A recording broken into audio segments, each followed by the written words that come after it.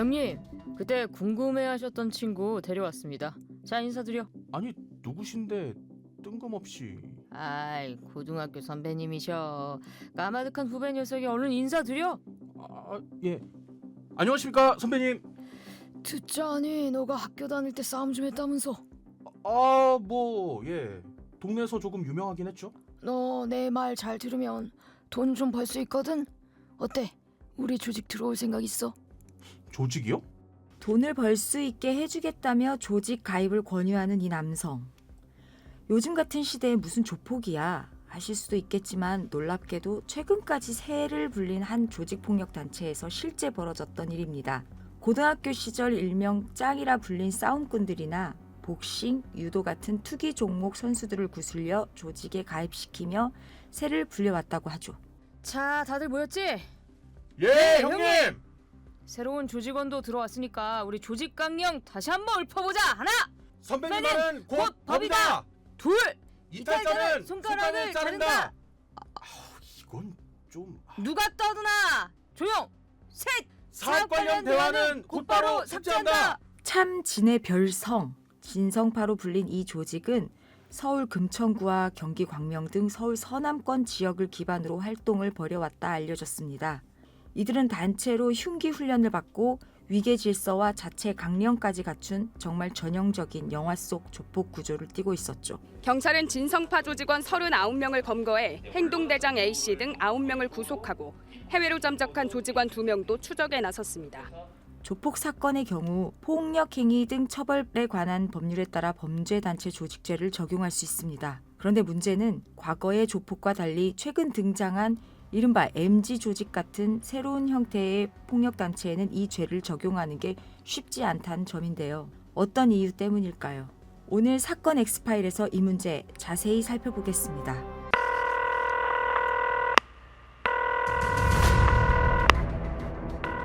사건은 보이는 것보다 가까이 있다. 이원화 변호사의 사건 엑스파일. 안녕하세요. 사건 엑스파일 변호사 송영은입니다. 로엘 법무법인 노범래 변호사와 함께합니다. 변호사님 어서 오세요. 안녕하세요. 로엘법무법인의 노범래 변호사입니다. 반갑습니다. 네, 조폭, 조직 폭력배라고 하면 정말 영화 속 이야기 같다고 생각하시는 분들 많으실 텐데요. 그런데 여전히 지금 이 시대에도 이러한 조직들이 존재하고 있다는 거잖아요. 최근에 진성파라고 불리는 조직폭력단체가 무더기로 경찰에 붙잡힌 사건이 있었죠. 예, 맞습니다. 많은 분들이 조직폭력배라고 하면 흔히 영화나 드라마 속 이야기라고 생각을 하시지만 현실에서도 여전히 존재하고 있다는 사실이 놀랍습니다. 말씀하신 것처럼 최근 서울 서남권을 중심으로 활동해온 진성파라는 조직폭력단체가 경찰에 대규모로 검거가 됐는데요. 진성파는 같은 중고등학교 출신들이 모여서 결성한 조직인데 특수폭행, 갈취, 강도, 성매매 알선, 도박 사이트 운영 등 다양한 불법 행위를 벌여왔다고 합니다. 네, 세대 교체가 이루어지면서 80년대생들이 주축을 이룬 조직이었다고 하더라고요. 예, 그렇습니다. 진성파는 1983년에 처음 결성이 됐지만 초기 세대가 점차 은퇴하면서 자연스럽게 1980년대생들이 조직의 주축이 되었습니다. 특히 이번에 적발된 진성파 조직원들은 복싱이나 유도 같은 투기 종목 출신 선수들과 지역의 고등학교의 이른바 짱 출신 등 젊은 층이 많이 포함되어 있다고 합니다. 보통 조폭이라고 하면 흔히 떠올리게 되는 그런 이미지들이 있지 않습니까? 좀 위계 질서가 아주 분명하고 검은 정장을 입고 줄을 쫙 서서 인사를 한다든지 그런 게 있는데 진성파 같은 경우도 그렇습니까? 네, 진성파도 말씀하신 이런 전통적이고 좀 전형적인 조직폭력단체의 모습을 많이 보여줬습니다. 위계 질서가 매우 엄격했다고 하는데요. 조직원들은 숙소에서 단체 합숙을 하면서 이 조직 선배에 대한 복종, 또 조직에 대한 충성심, 이 수사를 피하기 위한 행동 요령 등 여러 가지 행동 강령을 철저히 숙지하며 규율을 지켰다고 합니다. 합숙소 앞의 길거리에서는 조직의 간부가 차에서 내리면은 하부 조직원들이 신발을 벗고 90도 각도로 허리를 숙여 인사하는 그런 모습도 또 포착이 됐다고 합니다. 이게 또 이제 옛날 조폭 영화나 드라마에서 좀 자주 볼 수 있는 그런 장면을 연상시키는 거기도 하죠. 네. 또 한편으로는 그런데 이 90년대 이전의 조직과는 차별화된 모습을 보여준 것도 있었다고 합니다. 어떤 부분이 그렇죠? 그 전통적인 조직폭력배들이 주로 폭력과 갈취에 집중을 했다면은 이 진성파는 도박 사이트 운영, 이 마진 거래소 개설, 성매매 알선, 이 이 불법 유심 유통, 자금 세탁, 보이스피싱 범죄 등 다양한 지하 경제 영역까지 사업을 확장을 했는데요. 이 텔레그램과 같은 이런 이 통신 매체 수단의 자동 삭제 기능을 이용해 가지고 수사망을 교묘히 피하는 치밀함도 보였습니다.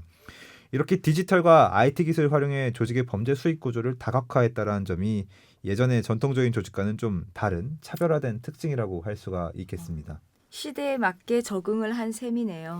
예, 맞습니다. 최근 언론에서도 많이 보도되고 있는 이른바 MZ조폭이라는 표현 좀 들어보셨을 네. 텐데요. 진성파 역시 이 MZ조폭의 흐름과 좀 맞닿아 있습니다.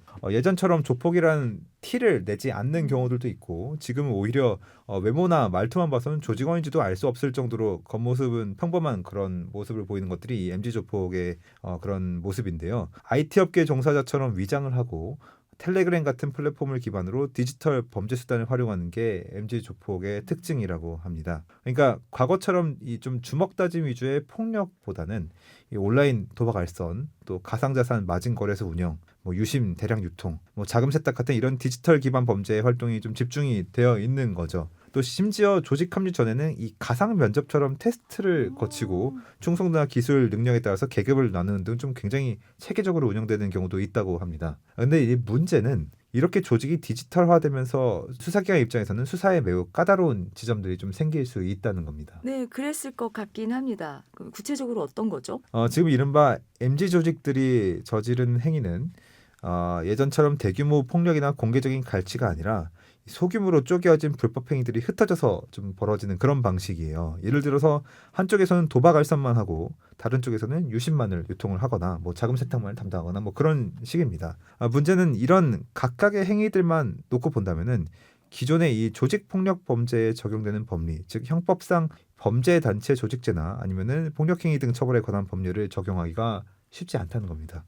왜냐하면은 그 기존 법리를 적용하기 위해서는 이 명확한 위계 질서, 또 지속적 공동의 범죄 목적, 그리고 구성원 간의 역할 분담이 입증이 되어야 하거든요. 근데 이 MZ 조폭처럼 이미 디지털화된 이 조직들은 텔레그램에서 닉네임만으로 소통을 하거나 실제 대면한 적도 없이 각자 업무를 수행하는 경우도 있기 때문에 이게 하나의 조직이라는 걸 입증하기가 그렇죠. 상당히 까다로운 측면이 있습니다. 수사기관 입장에서는 이거를 단순한 일시적 공범으로 봐야 될지 아니면 진짜 조직을 결성한 조직폭력으로 볼지 좀 판단이 좀 어렵고 입증 부담도 훨씬 커진 상황입니다. 그래서 이런 디지털 조폭 조직에 맞춘 법적 해석의 정비나 이런 입증 방식의 전환이 필요하다는 그런 이야기들이 계속 나오고 있어요.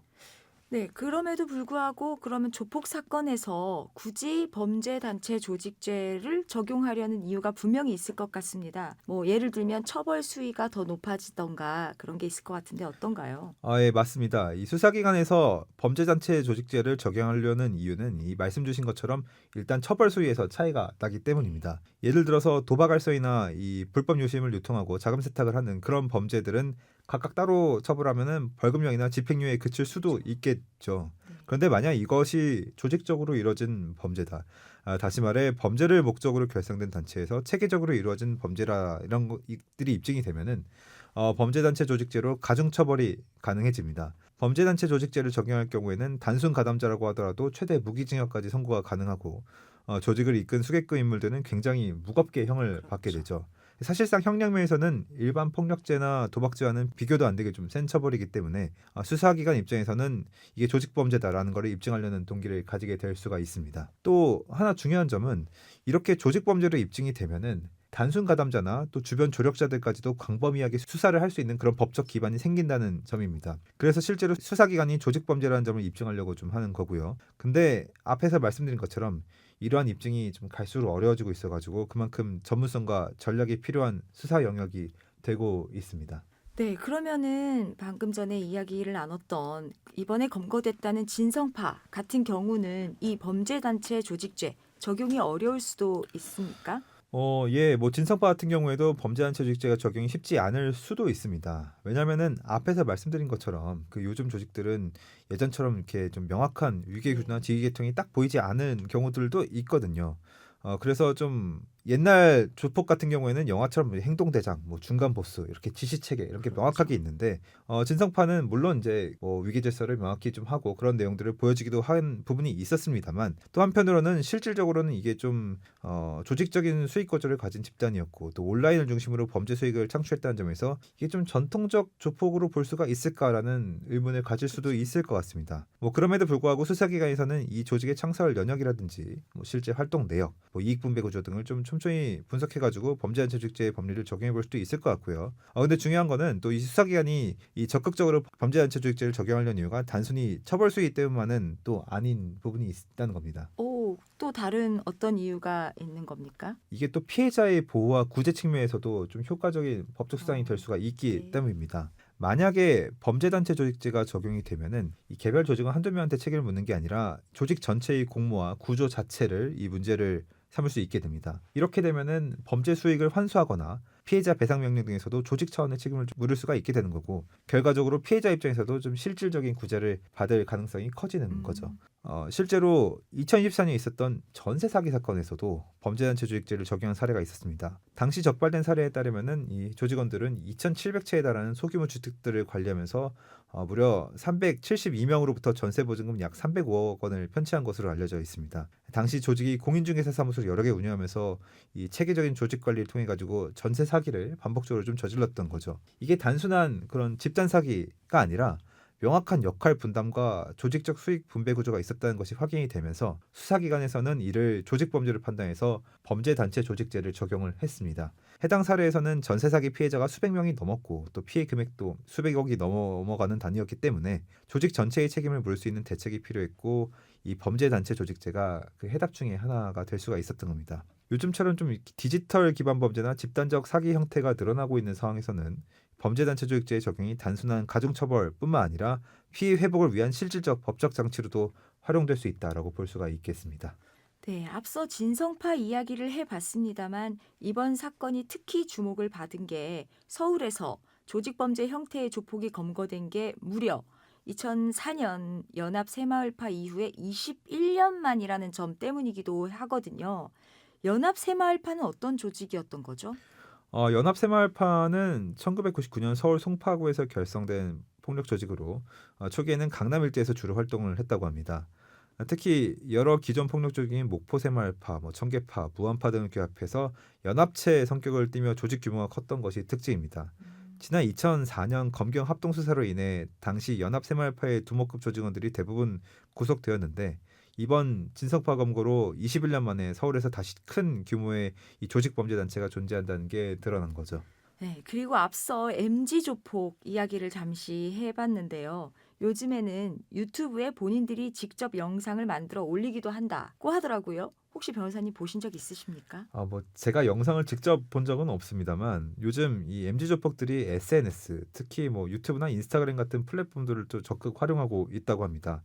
물건을 좀 걷어차거나 부수는 그런 영상들을 올리면서 세력을 과시하는 그런 일환인 거죠. 말씀해주신 것처럼 물건을 걷어차거나 부수거나 자기들끼리 주먹을 휘두른다거나 이런 장면을 촬영해 올린다는 건데 요즘에는 SNS로 조직원을 모집하기도 한다던데 그런 조직 모집 행위 이 경우는 어떻습니까?